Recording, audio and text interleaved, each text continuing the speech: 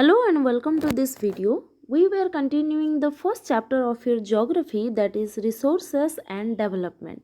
In last video we discussed up to the conservation measures of land, and in this video we will discuss about soil resource, their types, soil erosion and their conservation measures. Let's discuss about soil as a resource. Well, soil is a subset of land resource.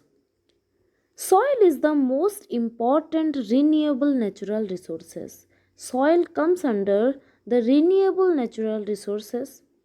It is the medium of plant growth and supports different types of living organisms on the earth. The soil is a living system. It takes millions of years to form soil up to a few centimeters in depth. So, the soil required lots and lots of time to get formed. Although it is a renewable resource, but the rate of its formation is very slow. It takes almost millions of years in order to form a centimeter thick of soil. Relief, parent rock or bedrock, climate, vegetation, and other forms of life and time are important factors in the formation of soil. So, in the formation of soil, the factors that are responsible are relief, parent rock, climate, vegetation, other living organisms or microorganisms, and time. Various forces of nature, such as change in temperature, action of running water, wind, and glacier, activities of decomposers, etc., contribute to the formation of soil. The other essential factors that regulate the soil formation are temperature, action of running water, wind, glacier, etc., and activities of decomposer also contribute to the soil formation process. Chemical and organic changes which takes place in the soil are equally important. Chemical and organic changes which takes place in the soil are equally important. Soil also consists of organic and inorganic matter. Humus is also a important component of soil which is much essential for mainly growth of vegetations which make the soil a living system. Now we will discuss about the classification of soils. On the basis of factors of soil formation, color, thickness, texture, age, chemical and physical properties, the soil in India are classified in different types. The soil is classified on the basis of several factors like its factor of formation, its color, its thickness, its texture, its age, its chemical and physical properties. Various different characteristics are taken into consideration in order to group a soil into a particular category. India has varied relief features, landforms, climatic realms, and vegetation type. These have contributed in the development of various type of soil. Among the types of soil, first we will discuss about alluvial soil. Alluvial soil is the most widely spread and important soil. These have been deposited by three important Himalayan river systems, the Indus, the Ganga, and the Brahmaputra. Areas where alluvial soil are found. You can see here in this picture the alluvial soil are depicted in light green shade. These portions, this color indicating alluvial soil covered areas. The entire northern plain of India are made up of alluvial soil. This soil also extend in Rajasthan and Gujarat through a narrow corridor. Like you can see in this map, mostly the northern part of India is dominated with alluvial soil, and few stretch of alluvial soil is also found over Rajasthan and Gujarat. Alluvial soil is also found in the eastern coastal plains, particularly in the deltas of the Mahanadi, the Godavari, the Krishna, and the Kaveri rivers. Characteristics of alluvial soil. The alluvial soil consists of various proportions of sand, silt, and clay. Such soils are more common in Piedmont plains such as Duras, Chaos, and Tarai. Apart from the size of their grains or components, soils are also described on the basis of their age. According to their age, alluvial soils can be classified as new alluvial and old alluvial. New alluvial soil is also called khadar, and old alluvial soil is called bangar. The Bangar soil has higher concentration of conker nodules than the Khadar. It has more fine particles and is more fertile than the Bangar. Alluvial soils as a whole are very fertile. Any type of alluvial soil is fertile, whether it's Bangar or Khadar, but between Bangar and Khadar, the Bangar, that is the old alluvial soil, is more fertile. Mostly these soils contain adequate proportion of potash, phosphoric acid, and lime. Alluvial soils are ideal for the growth of sugarcane, paddy, wheat, and other cereal and pulses crops. Due to its high fertility, regions of alluvial soils are intensively cultivated and densely populated. Mostly, the alluvial soil found regions are densely populated because the soil are fit for cultivation, and cultivation attracts settlements. Soil in the drier areas are more alkaline and can be productive after proper treatment and irrigation. So, alluvial soil, those are found in drier areas, are more alkaline in nature but can be productive if we treat the soil properly and irrigate it. Black soil.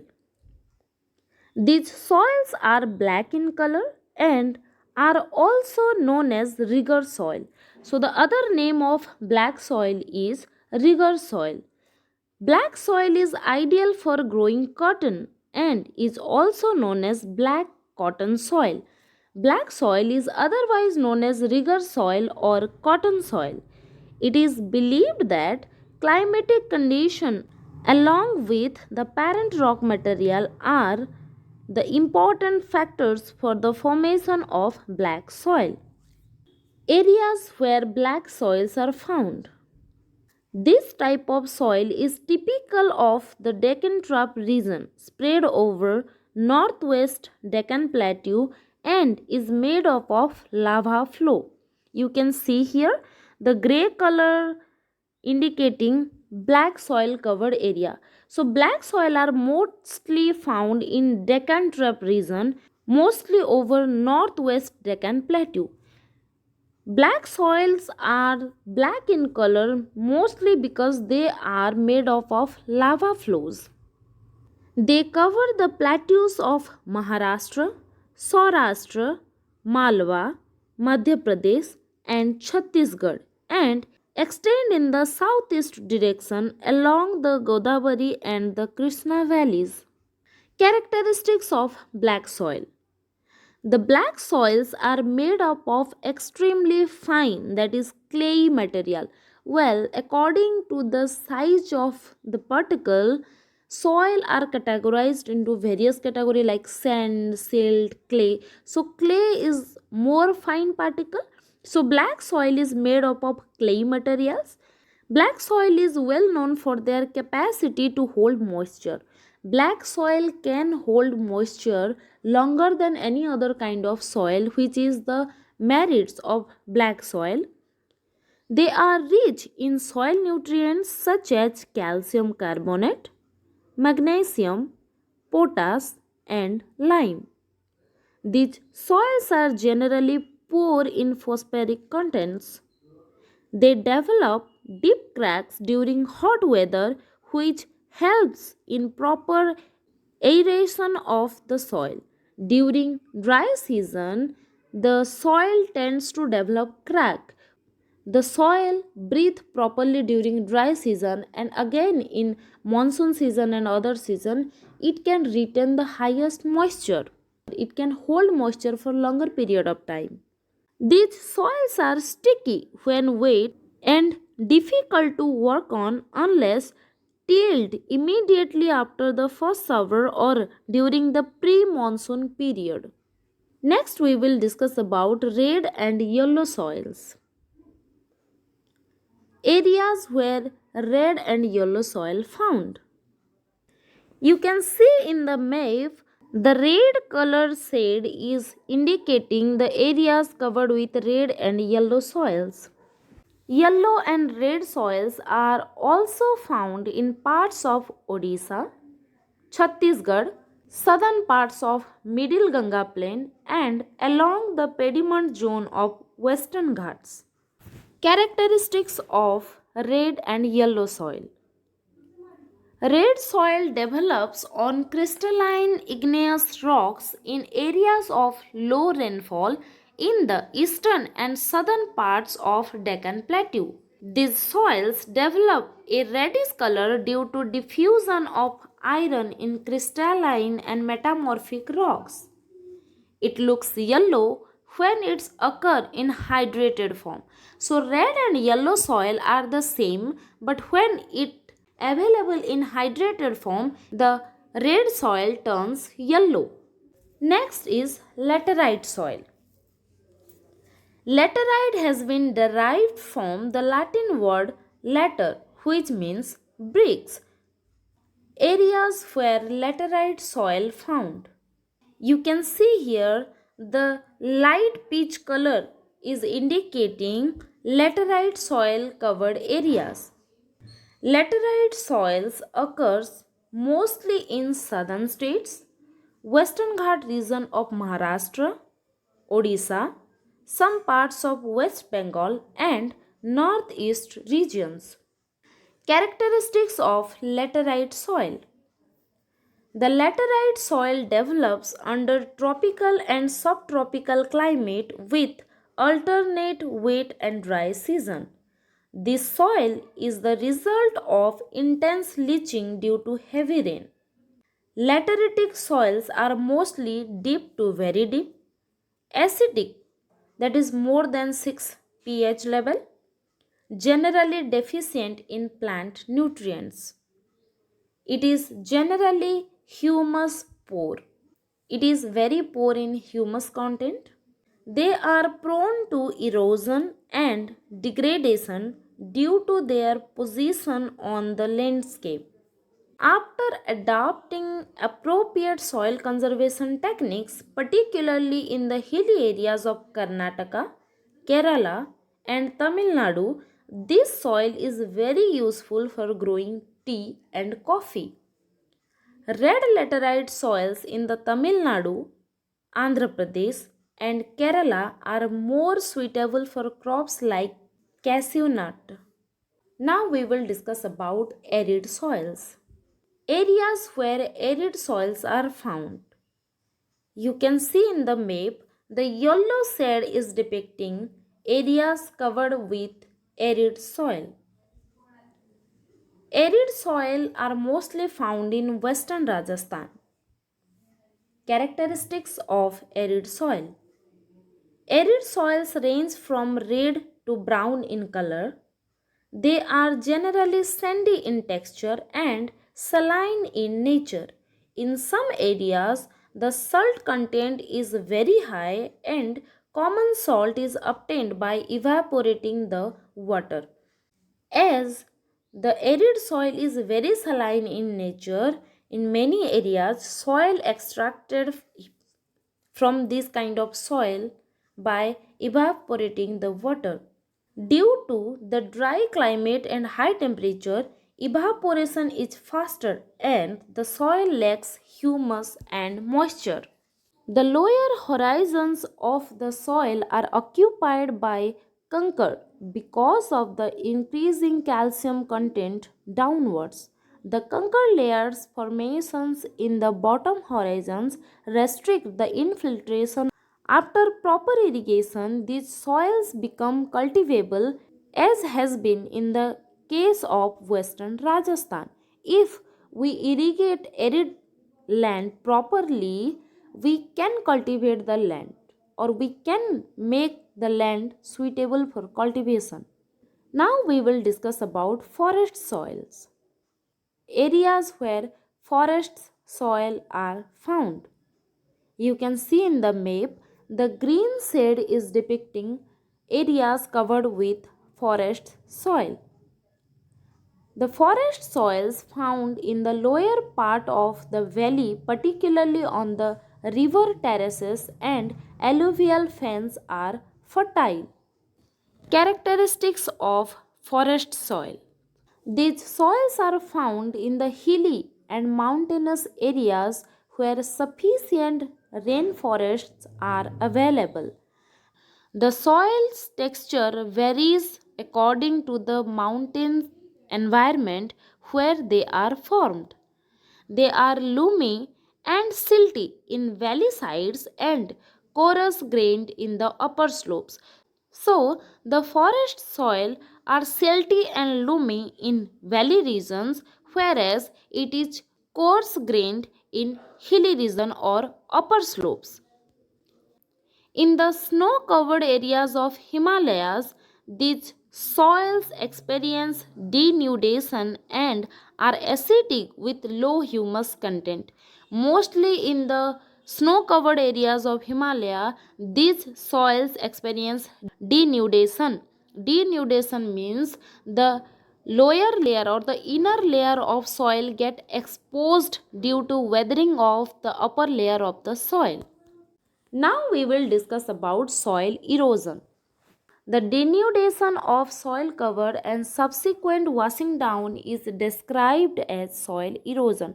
So soil erosion means the constant washing away of upper layer of the soil or the denudation of soil, and we already discussed that denudation means expose of the inner layer of the soil because of weathering out or wearing out of the upper layer or the top layer of the soil.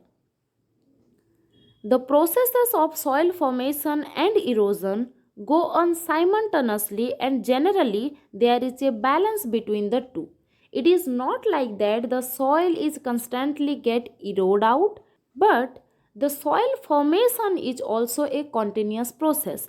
As the soil formation and soil erosion goes simultaneously, there is a balance, there remains a balance in the nature between formation of soil and erosion of soil, and that is why we cannot experience or we do not experience the loss of soil or soil erosion very rapidly, because as some amount of soil are getting eroded, at the same time some amount of soil is getting formed.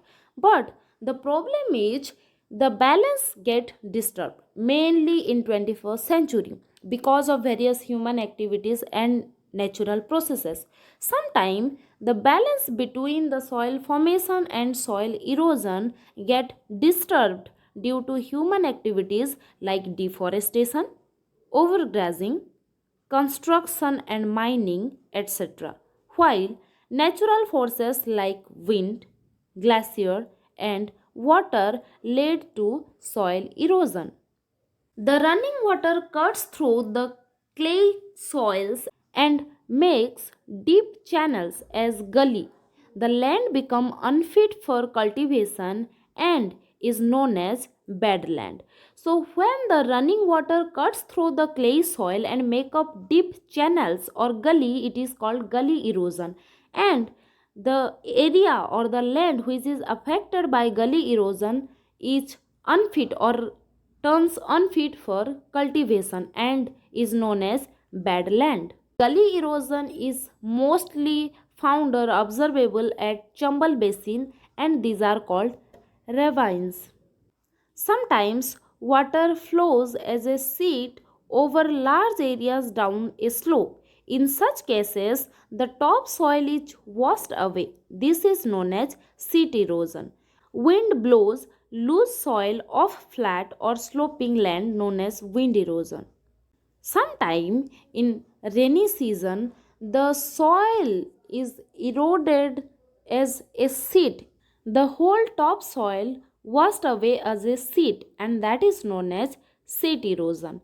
When the wind act as a agent of erosion, it is known as wind erosion. Soil erosion is also caused due to defective methods of farming, plowing in a wrong way, that is up and down the slope from channels for the quick flow of water leading to soil erosion. When we practice unscientific methods of farming, it also contributes to soil erosion. So it is very much necessary to cultivate the land, to till the land, to farm the land in a scientific method so that we can reduce the amount of soil erosion. Soil conservation. Now we will quickly go through some measures through which we can conserve the soil. Almost all methods are very similar to land conservation method, because I already said that soil resource is a subset of land resource. So many things are very common. So let's go through it quickly. We can conserve the soil or we can reduce the soil erosion by various methods like practicing contour plowing in hilly areas, terrace cultivation, strip cropping, and shelter belts development. There are various other methods also. You can list few. That's all about this video. Thank you.